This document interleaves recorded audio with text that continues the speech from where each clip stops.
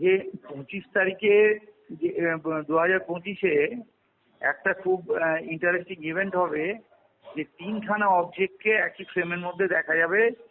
সেটা হলো গিয়ে একটা ক্রিসেন্ট, একটা মুন, আমাদের যে চাঁদটা যেটাকে আমরা কাস্তের মতো দেখতে, এবং তার ঠিক উপরে থাকবে ভেনাস আর স্যাটার্ন। ঠিক আছে, অর্থাৎ কিনা শুক্র এবং শনি। তাহলে শুক্র, শনি এবং চাঁদ এই তিনটে পাশাপাশি ওপরে একই লাইনে থাকবে শুক্র শনি, মানুষের চোখের মতো, চোখের যেমন মনি হয় সেরকম দুটো মনির মধ্যে থাকবে এই দুটো প্ল্যানেট।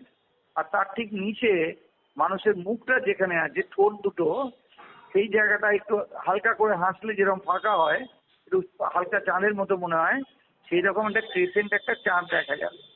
এবার এই চাঁদটা আর ওই দুটো মিলে একটা দেখে মনে হয় যেন একটা মানুষের মুখ হাসছে।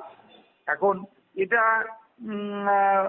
এটা একটা এক্সাইটিং একটা ঘটনা, লোকের মনে কৌতূহল হতেই পারে। অনেকেই রাস্তাঘাটে হাঁটতে হাঁটতে হঠাৎ দেখতে পাবে, ভাববে হয়তো কোনো একটা মহাজাগতিক ঘটনা ঘটেছে। এটা ভীষণ বিরল দৃশ্য বলবো না, কিন্তু তা সত্ত্বেও বলবো বিরল। কারণ চাঁদ আর চাঁদের সাইজ হচ্ছে হাফ আর্ক, মানে ডিগ্রি, ঠিক আছে, অর্থাৎ 30 আর্ক মিনিটের মতো সাইজ। সেই 30 আর্ক মিনিটটা জাস্ট পেরিয়েই থাকবে বৃহস্পতি, থাকবে আমাদের ভেনাস আর শনি, অর্থাৎ কিনা এরা প্রত্যেকে 30 আর্ক মিনিটের মধ্যে কাছাকাছি চলে আসবে। এবার 30 আর্ক মিনিট মানেটা কি? 30 আর্ক মিনিট মানে হচ্ছে মানুষের যে একটা বুড়ো আঙুল, যদি আমি বুড়ো আঙুলটাকে টান টান করে আমি দিয়ে সূর্যটাকে ঢাকার চেষ্টা করি, তাহলে আমার পুরো আকাশটা যেটুকু ঢাকে সেটা হচ্ছে হাফ ডিগ্রি। যেমন সূর্যটার সাইজ হাফ ডিগ্রি, চাঁদের সাইজ হাফ ডিগ্রি, আর ঠিক তার গায়ে গায়ে এই দুটো প্ল্যানেট। ফলে এই তিনটে অবজেক্ট যে হাফ ডিগ্রির মধ্যে চলে এসেছে, এটাই একটা বিরল ঘটনা। এবং এটা একটা সুন্দর একটা জিওমেট্রিক ফরমেশন করেছে, দেখতে স্মাইলির মতো মনে হচ্ছে। কিন্তু আমি বলবো যে এতে মহাজাগতিক বিষয় বলবো না, কিন্তু একটা ইন্টারেস্টিং ঘটনা, যেটা সাধারণ মানুষকে ন্যাচারালি এই সাবজেক্টের প্রতি একটা ইন্টারেস্ট যোগাবে। এটা আগে কখনো হয়েছে না এবারই প্রথম এই ধরনের কোনো দেখা যাচ্ছে? না, এটা এই জিনিস দেখুন আমাদের জীবনকালে হয়েছে বলে মনে হয় না। আমার মনে পড়ছে না গত 60-65 বছরে আমি কখনো এটা দেখেছি। কিন্তু ন্যাচারালি মাঝখানেক আগে যেমন আপনি জানেন যে 6-8খানা প্ল্যানেটই, মানে 6-7টা প্ল্যানেটই এক লাইনে হয়েছিল।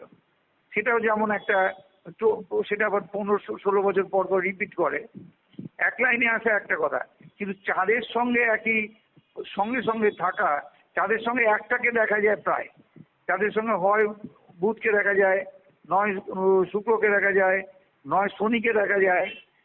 কিন্তু এখানে শুক্র এবং শনি দুটোকে একই সঙ্গে দেখা যাচ্ছে, সেটা আমার মতে একটা খুবই রেয়ার জিনিস। এবং আমি এক্স্যাক্টলি বলতে পারবো না লাস্ট কবে আবার হবে, কিন্তু ন্যাচারালি একটা গসাগু করতে হবে চাঁদের যা পিরিয়ডিসিটি প্লাস ভেনাস প্লাস মনে করুন স্যাটার্ন, এদের একটা গরিষ্ঠ সাধারণ গুণনীয় করলে যে বছরটি হয় রাফলি তত বছর পর পর আবার দেখা যাবে। এটা একটা বড় এটা কখন দেখা যাবে? মানে 25 তারিখ 24-25 বলছে, এটা কি মানে কোন টাইম আছে? চাঁদ মানেই তো না, ক্রিসেন্ট চাঁদ মানেই হলো সূর্য ডোবার ঠিক পরে পরে, মানে ঘন্টা খানেক ঘন্টা দেড়েকের মধ্যে। হ্যাঁ, খালি চোখে কি দেখতে পাবে মানুষ? হ্যাঁ অবশ্যই, অ্যাবসলিউটলি দেখতে পাবে। এটা তো খালি চোখেই দেখবে এবং সাধারণত মানুষের মধ্যে ইন্টারেস্ট জাগবে। এই ঘটনাগুলোই মানুষকে আর কি মনে করিয়ে দেয় যে আমরাও মহাজাগতিক বস্তু, এবং আমরাও ওদের মতো একটা পার্টিকুলার অ্যাঙ্গেল থেকে দেখলে এরকম দেখা যায়। আবার যদি মনে করুন আপনি মঙ্গলে চলে যান, তাহলে কিন্তু এটা দেখতে পাবেন না। মানে আপনি পৃথিবীতে আছে বলেই দেখতে পাচ্ছেন, কেননা পৃথিবী থেকে চাঁদটা আছে আর ভেনাস স্যাটার্নের পজিশনটা আছে। মঙ্গলে গেলে কিন্তু এদেরকে দেখতেই পাবেন না, ওখান থেকে আপনি চাঁদই দেখতে পাবেন না, আমাদের চাঁদটা, তাই না? ফলে এটা আমরা একটা স্পেশাল টাইমে স্পেশাল জায়গাতে আছি, সূর্যের চারিদিকে ঘুরতে ঘুরতে, এবং হঠাৎ আকাশের দিকে তাকিয়ে তিনটে বস্তুকে কাছাকাছি দেখতে পাচ্ছি হাফ ডিগ্রির মধ্যে। এটা একটা এক্সাইটিং জিনিস।